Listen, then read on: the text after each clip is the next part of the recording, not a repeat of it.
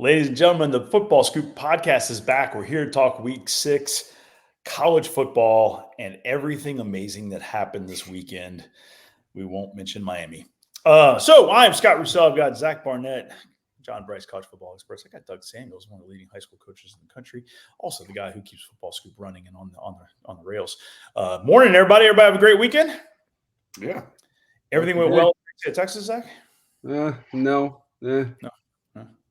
I woke up in pain this morning. Emotional. But at least you could laugh about it. Okay, so I don't know about you guys, but it feels like it's turning to fall. It's vest weather here in Louisiana. There might be some new hardware up there. We had a barbecue competition this weekend, second place crowd favorite. Made me feel pretty good. It was a pretty good weekend in Louisiana, boys. Congrats. I like that. Does vest weather in Louisiana mean it's dipped into the 70s, or how does that work? Basically the 70s. I woke up, it was 50. It felt pretty darn amazing. It's going to be 82 here in a couple hours, which it's going to be 90 in Texas today. Oh, gross. I'm sorry. It's terrible. High of 51 here in the Midwest. So real vest weather here. Yeah, exactly. Yeah. All right, boys. Talk me through some college football. I caught some stuff Thursday, Friday. I caught the LSU Missouri game Saturday morning. I caught some stuff late at night, but I did not catch the meat of the games. I want to talk just a couple of games. Give me some quick recaps. Real brief. I'm going to start top 25. Georgia did look like Georgia. Georgia, yeah, just completely overpowered Kentucky. I think Georgia took to heart the narrative that this was a really physical Kentucky team that was going to provide Georgia a test. That was never the case. It was 21-0 early. It kept swelling. It was 34-6 or 7 for a long time. Then Kentucky scored and tried a 2-point conversion. Bizarre decision there when this game was so well out of hand. And it was Georgia's most complete performance easily since what it did to TCU in the title game. JB, to his credit, in our picks, he said Georgia's going to win this game going away. Big. He was correct. Nice work. I saw PJ Fleck said he felt this Michigan team is probably the best college football team he's played against in 11 seasons. I mean, high praise considering he's played against some really good Ohio State teams. I ranked Michigan 9th just because I'm cranky at how easy their September and October schedules are. Like their first 8 or 9 opponents, they only play one top 50 team, and that top 50 team is Rutgers. So asterisks there. But you can't deny, I mean, this is a really good team. The resume at this point is pathetic, but they're doing what they should do against a pillow soft schedule. And their defense is playing lights out. Like their defense, I know I dogged on them a week or two ago about, not blowing teams out that they really should have blown out early on their schedule, only winning like 30-3 and 30-6. But defensively, you could argue there's not a unit playing better in the country than Michigan's defense. And I think Minnesota got it to 24-10 at halftime with a touchdown right before the half. And then all Michigan did was outscore the Gophers 27-0 in the second half. So that's also, I would contend, Michigan's most complete performance. There was a team that was ranked number 3 going into the weekend, played at 11 a.m. time slot, Oklahoma. If I wanted to be a homer and a troll, I could get on here and say that if Texas had a 3-0 turnover advantage, was playing against Oklahoma with down to their third string center without another starter on the O-line. Their most important offensive weapon was clearly hobbled without 2 starters in the secondary. Texas would have won by 4 touchdowns instead of 4 points. But I'm a professional journalist, so I won't make that argument. Oklahoma deserved to win the game. They treated it like their Super Bowl. They coached more aggressively. They played more aggressively, and never in the history of Red River has the less aggressive team won. Like, I think Sark should be suspended from using the all gas, no brakes mantra when you have a quarterback that is cooking and it's 3rd and 9 and a first down all but wins you the game, and you hand off and lay up, play for the field goal. And to his credit, Bert Auburn made a clutch field goal, but Texas defense had no answers for Oklahoma. And they seemed completely surprised that Dylan Gabriel was allowed to run the ball. And his legs were really the difference in the game. Texas, in the traditional run game, Texas dominated. Jonathan Brooks outran Oklahoma's running backs combined, but Dylan Gabriel ran 14 times for like 113 yards, and that was really the difference. His legs kept chains moving, scored Oklahoma's first touchdown. And so if you're Sark, you got to think, I can't let Oklahoma's offense get back on the field. I got to win the game with my 5-star quarterback and my elite passing game on this play. And he didn't do it, and he paid for it. And so credit to Oklahoma. They deserve to win the game, and they did. The only thing I take umbrage with there is you saying that Oklahoma felt like it was their Super Bowl. I think Oklahoma, it was just another game to them. I definitely do not think that at all.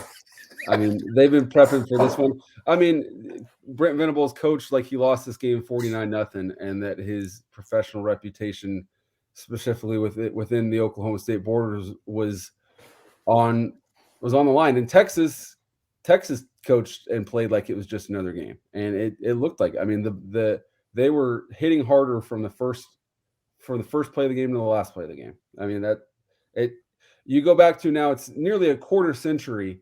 And Oklahoma wins this game 2 out of 3, 3 out of 4, and they're the more aggressive team almost every year. And so that's the formula right there. I was stunned that it's now it's been 15 years since Texas has won back-to-back, and that obviously will extend itself for at least another 2 years moving forward. I did not realize that. I would point out with Texas's win early season at Alabama, the Longhorns, in many ways, I believe, still control their own fate. They're still sitting there with the best non-conference road win of anybody in college football. There's a ton of football left to be played. There's nothing I saw about that game Saturday that makes me think that Oklahoma is remotely invincible or anything like that, and certainly no one else in the Big 12 is invincible. And so, it's a bad loss for Texas. I didn't think Texas should have lost that game, especially when we've seen how physical Texas can be against Alabama. But I do think Texas still has a tremendous amount of football left to play, meaningful football left out there. Yeah, and I mean, they should win all 6 of their games, but even if you're 90% chance to win every game, which they're not 90%, you do that 6 times, chances are you're going to slip up once more. I mean, that's just the math of it. And so if you'd won this game, you could afford to lose a game in late October, November, or win all those, and then you wouldn't even necessarily have to win the Big 12 championship, which we presume will be a rematch against Oklahoma. But now you got to win out, or otherwise this season is not what it could have been. And so, for Brent Venables, to basically, I mean, he basically started from scratch with that Oklahoma team and now has them back in the top 5 in midway through year 2. Against Sark, who took over, a program that was in some ways in better shape, some ways worse shape, but now he's a year ahead of his developmental curve. To lose this game is a bad look for him. Well, okay, that's debatable. I wouldn't remotely conjecture that Sark took over a better program than what Venables took over based on recent success. Oklahoma has been a recent CFP participant. They've been a recent CFP finalist. They've had multiple Heismans. I realize that Lincoln Riley pillaged the program and took a transcendent quarterback with him. Right. But Oklahoma still has so much more to point to in the last 5 to 10 years than what Sark inherited. It's not even close. No, you're definitely right there. I'm just talking about what the state of the Oklahoma roster when he got there, when he took the job. But recent success, obviously, it's not even close. Yeah. Moving right along. Florida State continues to win. We'll talk more about them in the coming weeks. USC Arizona went weird. SC found a way. Any thoughts on that one, fellas? Caleb Williams, really, really good. Alex Grinch, really, really bad. There you go. That's going to be the narrative for literally every single USC game. We've already seen it too many times this year. The fact that Arizona State, which is, shuffled quarterbacks like 3-card Monty, could have a chance to take a lead on Southern Cal in the fourth quarter a couple of weeks ago, tells you about all you need to know about this Southern Cal defense. And Caleb Williams is the most surefire lock number 1 pick at quarterback in several years. There was a moment in that game where the broadcast cut away and they had a defensive back talking about defending Alex Grinch and how, schematically they're in the right position to make plays and they're just not making the plays. And then they cut back to the action, and it's that player that was defending Alex Grinch gets burnt on a close play where he was in possession and didn't make the play. Like you can't time that any better. It was hilarious. JB, tell me about Louisville finding a way to beat Notre Dame. Yeah, that was an awesome environment. Felt really glad to be there. And look, I think Louisville won that game from the headsets on down. I think that Jeff Brom absolutely outcoached Marcus Freeman. I think that Louisville was the more physical team, which is not remotely what Notre Dame expected to be the case on either side of the line of scrimmage. Particularly, Notre Dame thought that it would its four-man front would be okay against Louisville's offensive line. That was rarely the case. Notre Dame's defense did not play poorly. It only gave up 330 total yards. It was just on the field too long, and the offense was borderline inept. It had 23 Louisville's defense registered 23 disruptive plays against Notre Dame. They had 8 tackles for loss, 4 sacks, 3 picks, 3 hurries, a fumble forced, and maybe four passes broken up. Anyway, 23 decisive plays on defense that out of 50 snaps, that's almost half the game. Louisville was completely disrupting everything that Notre Dame wanted to do on offense. It was not a fluke. Not Saturday night. It was not a fluke. Louisville played better. Louisville coached better, and Louisville executed in a far superior manner. And now Notre Dame is in a whole world of trouble. They have undefeated USC coming in here to South Bend this week. And if they don't upset the Trojans, then they're staring at the second consecutive October, reaching the middle of the month with 3 losses. And that's tough on anybody. But when you're not in a conference, you got a whole lot of work cut out for you over the balance of your season when you are a 3-loss team by the middle of October. Yeah, not sure what else needs to be said there. Zach, I'm going to ask you to give me some thoughts on Texas A&M. Having a nice little lead at halftime, and then they just couldn't win the game. Yeah, the A&M secondary coming into this game, A&M was 5th in the nation in total defense. So they had been playing lights out defensively, even with the Miami debacle. But I said pregame that this was still a bad matchup for Alabama, even as quote unquote compromised as this team is, because the one thing Alabama can do in the passing game, which is just run by you, they did. I mean, Jermaine Burton practically beat A&M by himself. What did he have? Let's see. 9 catches, 197 yards, 2 touchdowns. Isaiah Bond, 7 for 96 and a touchdown. I mean, that's the Miami formula. That's exactly how Miami beat the Aggies. And so to tie back into my piece, when you have a 4th and 1 at the opponent 45 in a tie game, Jimbo was conservative to the point of reckless and not going for that one. But he clearly doesn't have any sort of system, because he's like, well, we got shut down on 2 3rd and 1s earlier, so we weren't going to go for this one. So to JB's point about where Notre Dame is now, Alabama has basically a 2-game lead on A&M in the SEC West, where you got to go to Tennessee, you got to go to Ole Miss, you got to go to LSU, and you're a program that can't win on the road. They're 1-6 in their last 7 road games. So A&M had the opportunity to really accomplish something and be in the driver's seat in the SEC West at midseason. Now you're looking at, okay, how do we prevent this from being an 8-4, even 7-5 type season? Yep. Yep. Oof. Sorry. Yes. I'm moving not right along. See, there is joy in Texas. Okay, UCLA came back in the 4th quarter. Chip Kelly's team was stronger at the end. Washington State's a good football team. Jake Dickert's done a very nice job there. Any thoughts on UCLA finding a way there? I mean, the star of their season seems to be their 33-year-old defensive coordinator, DeAnton Lynn, obviously younger son of the former Chargers head coach, Anthony Lynn. Great to see that. Happy to see his success as a fellow Texas kid. If you look at how UCLA just lines up, they seem a little more boring than the Chip Kelly Oregon teams that were pedaled to the floor all the time. But there was one drive that they had where they ran, I think, 4 different versions of a GT counter. Some out of 12 personnel, some out of 13 personnel, where they're faking and then flipping the ball out the other way. So Chip Kelly and his offensive staff deserve a lot of credit.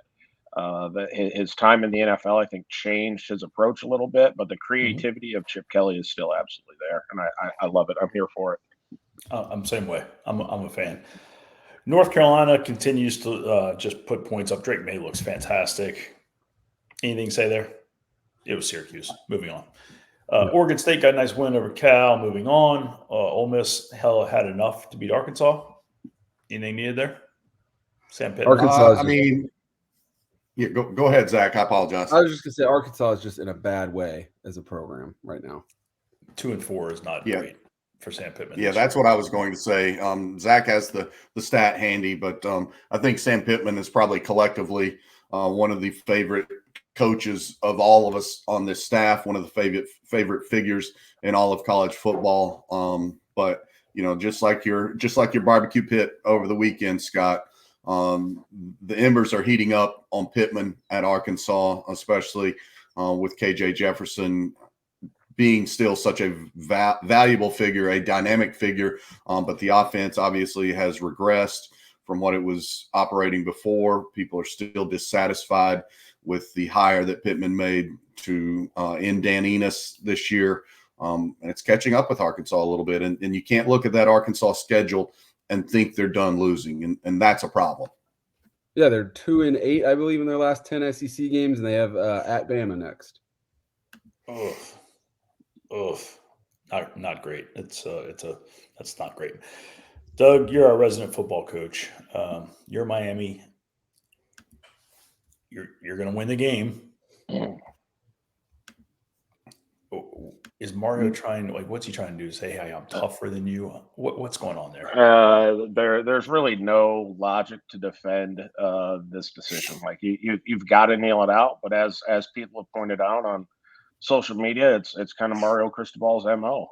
You look back at his head coaching career, and he is a run it instead of kneel it guy. Against Stanford, I think in 2018, I believe there was one timeout left, but did the same thing, coughed the ball up. Stanford fell on it. There's at least 3 other times the same situation has come up. And listen, I was in a situation on Friday where we were down 2 scores. Don't really have a chance to come back from that. Our rival is driving the ball, kind of needs a first down to ice it. And I burned 3 timeouts in a 2-score game just based on what happened the week before. Like, hey, miracles can happen. I'm going to make you snap it, and if it falls on the ground, and we can scoop and score it, and then bunch or punch onside kick it. That's what we're going to do. You've got to make them snap it. But for Miami, you've got to take a knee there. There's no excuse for it. Doug, what would be? Obviously, you would never do this, but in this situation, what would you anticipate Mario's reaction would be if Tyler Van Dyke just went rogue and just took a knee rather than doing the call handoff? I mean, we're not even talking about it because no one else would have really known about it.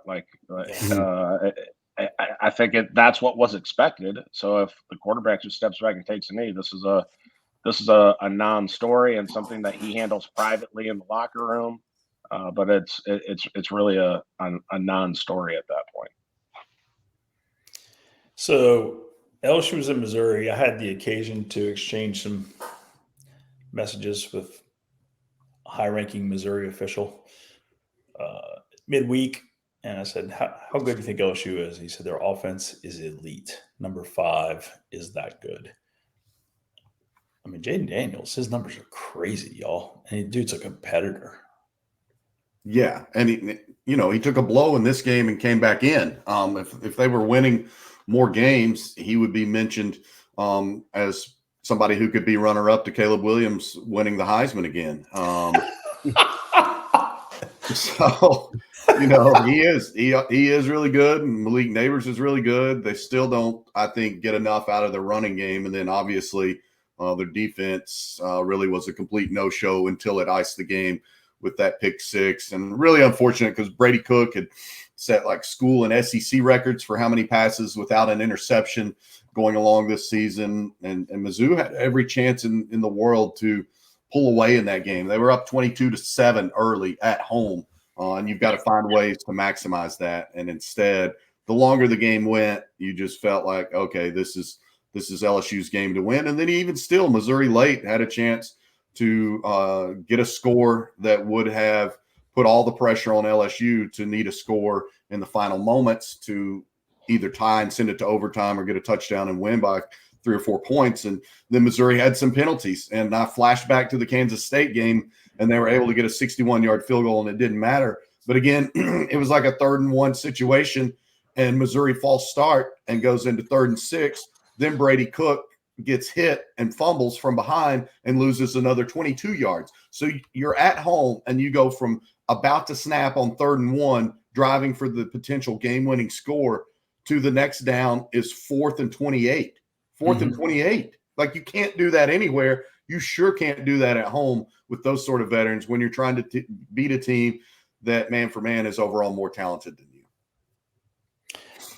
LSU, both Burrow and Daniels, they always take some just brutal shots. But both of them, they come back. They take licks every week, but they just win games. Impressive.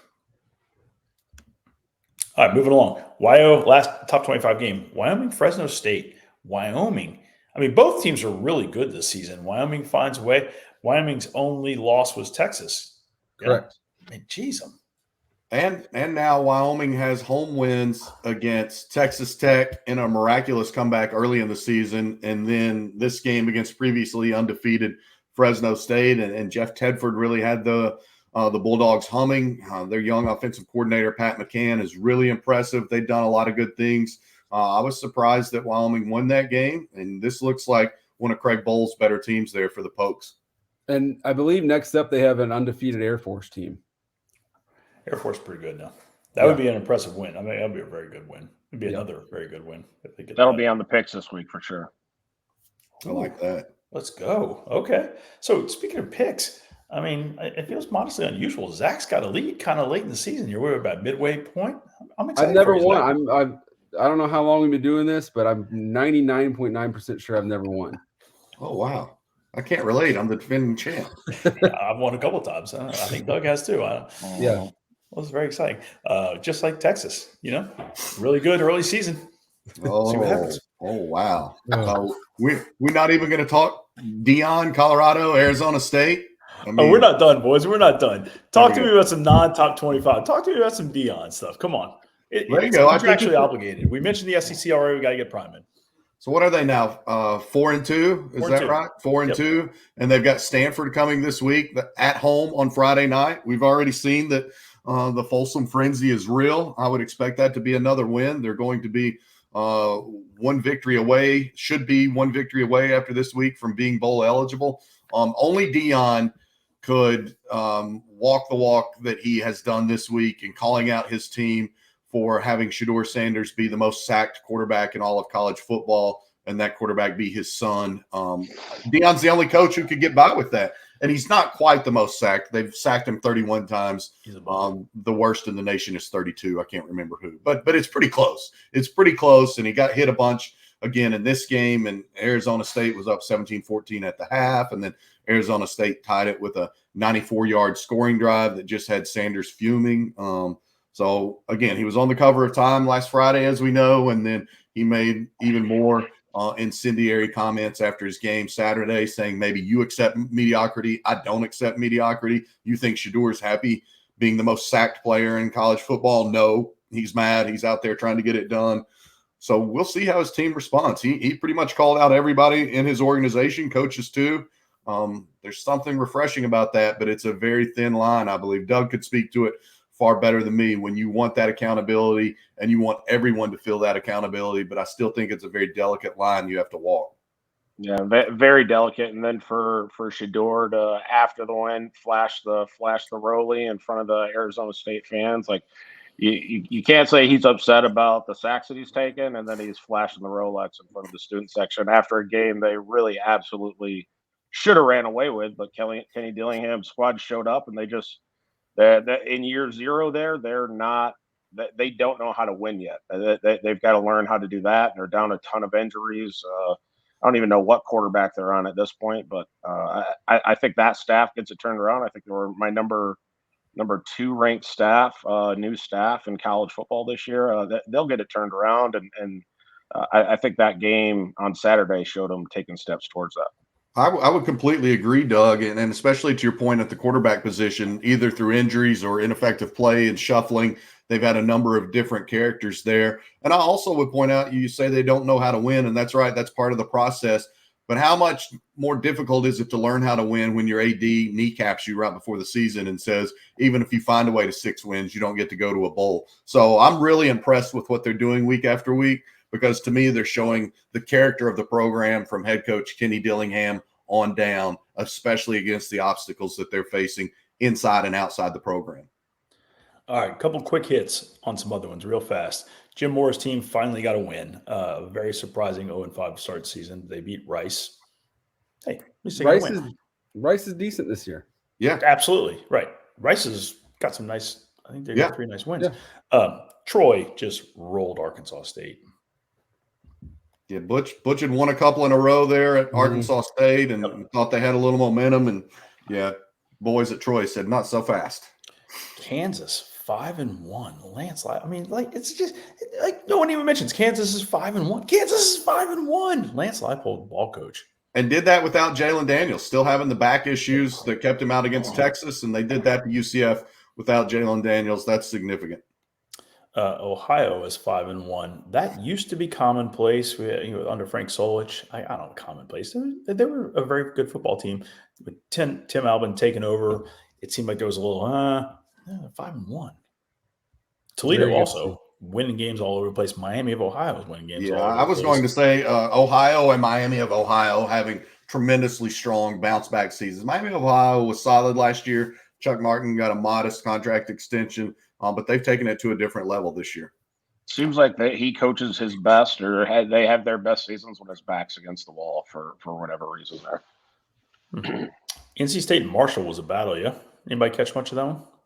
Yeah, Marshall had some chances. They were up, and then NC State, I want to say, had about a 75, 80-yard touchdown to take the lead that kind of ended up being the dagger play that kept Marshall from extending its perfect start. But, man, just continue to be so impressed week after week with Charles Huff and what he's doing with that program. I mean, he has that program looking like a Power 5 program most weeks because he's a Power 5 head coach. Yeah, there's only a handful of teams as a Power 5 school you probably don't want to schedule moving forward these next few years. I know schedules are way out in front, but Marshall and Charles Huff are one of those teams you want to stay clear of. You don't want any piece of Troy either, just letting you know. Right. Yeah. There's a lot of other good teams out there, too. A lot of great football being played. Folks, we're the Football Scoop staff. Great to have everybody. Y'all come back frequently. FootballScoop.com. Great place to live throughout the day. Any closing words? Yeah, go Braves. Chop on, baby. It is baseball season. It's the most important baseball season. Chop on. Go Rangers. Rangers outscored the Cowboys yesterday. I don't have any problems with the Rangers. I hope that the Braves and the Rangers meet in the World Series. Anybody but the Stros, the Phillies, or the Dodgers. Hey, Saturday, top 5 D2 matchup, Grand Valley and Ferris State should also make the picks. That'll be a good one. First big rivalry game for Scott Wooster at Grand Valley, taking on Tony Anise, and I think they're 2 weeks off away from putting up 75 or something on a conference opponent. So it should be a good one. Everybody have a great week. We'll be back later this week with some more great stuff. See y'all soon.